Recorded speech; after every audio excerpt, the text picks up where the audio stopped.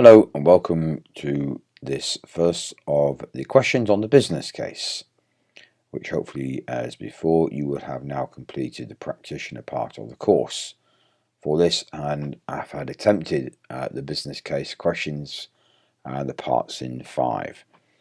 So let's have a look at the first one. Part A, 2 marks. So there are only 2 questions in here to look at, and as you note, again, there is no information in the main question information box in bold, so therefore this is applying managing successful programs in its own right. There are 2 questions, each one only has 4 answer statements, so you only need to select one for the answer. And it's about the business case, so open at the theme on the business case, if that helps, especially looking at the flow part of the program and therefore the relationship of the business case between them. As you can see, we're looking at identifying and defining.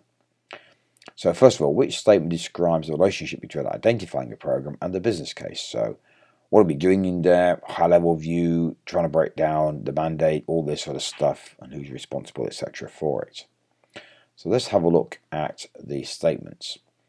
So A, the SRO is accountable for approving the program brief containing the outline business case at the end of identifying a program. Well, this is not correct because it's actually the sponsoring group that is accountable for approving the program brief, which contains the outline business case at this point.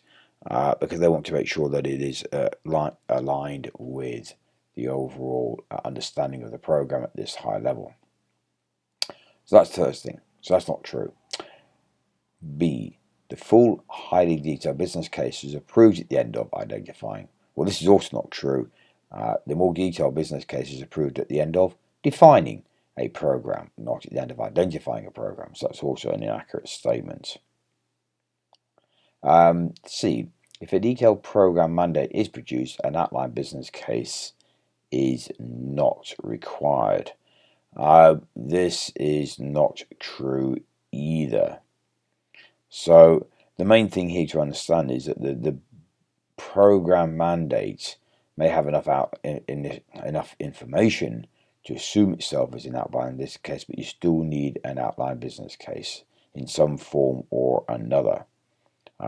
Without it, the business is going to find it very difficult to make a decision about whether this program is going to be worth running with or not anyway. So C is not correct either. D, the program mandate should identify how the program is to support the strategic objectives. Well, that's certainly very, very true. This is one of the first things we need to use the mandate for in the first place, and may contain a suggested business case, in which case it might well have enough information in there already to give some indication to the business, a rationale behind the program and why it's running. So we sort of indicative of a business case at that point. So that's the right answer in this case, answer D. So let's have a look at statement number 2. Relationship between defining a program and a business case. Remember, a lot more detail, trying to get ready. Certainly won't be locked in at this point from a point of view, will not change. It will certainly change throughout the program, but it needs to be baselined at this point. So now we've got an agreed state at which we're working from to relate to for the rest of the program to ensure that we're still on track and wish to continue running the program. So look at statement A. The program brief that produced on identifying can be used instead of a full business case. This is not true, actually. We need a full business case to be used during defining a program, because really this sets the whole scene as to the understanding for the program, justifying, I beg your pardon, why we're running the program, especially from a financial point of related to the business need and the overall strategic objectives for the program. So that's not true. B, the full business case is developed and approved during defining a program. Well, this is absolutely true. It is developed during and approved of, because we need to have it signed off, or at least certainly approved by the end of defining, so the business are agreed what's in it, and that is going to be the supporting document from here onwards. It needs to be developed, of course, remember, along with the blueprint and the program plan. And if you remember that diagram where it has those 4 areas of it, it's linked to the vision, so it's all tied in to produce the full business case from there and where it's linked into. C. Well, we've already checked the other 2. It looks like B is the right answer at the moment, so let's check the other 2. Once the business case is approved at the end of defining a program, it must not change, which is absolutely the opposite of what it must do. We baseline it to ensure that any changes from here onwards are done with the right approval, and therefore we have a control on the business case. Version control, configuration management needs to be in place. So it's certainly not a true statement. D.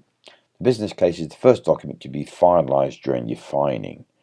Well, that is not a correct statement, because what actually happens is it's going to be built in tandem or alongside with, through an iterative sort of approach, actually, as we said, with the blueprint and the program plan.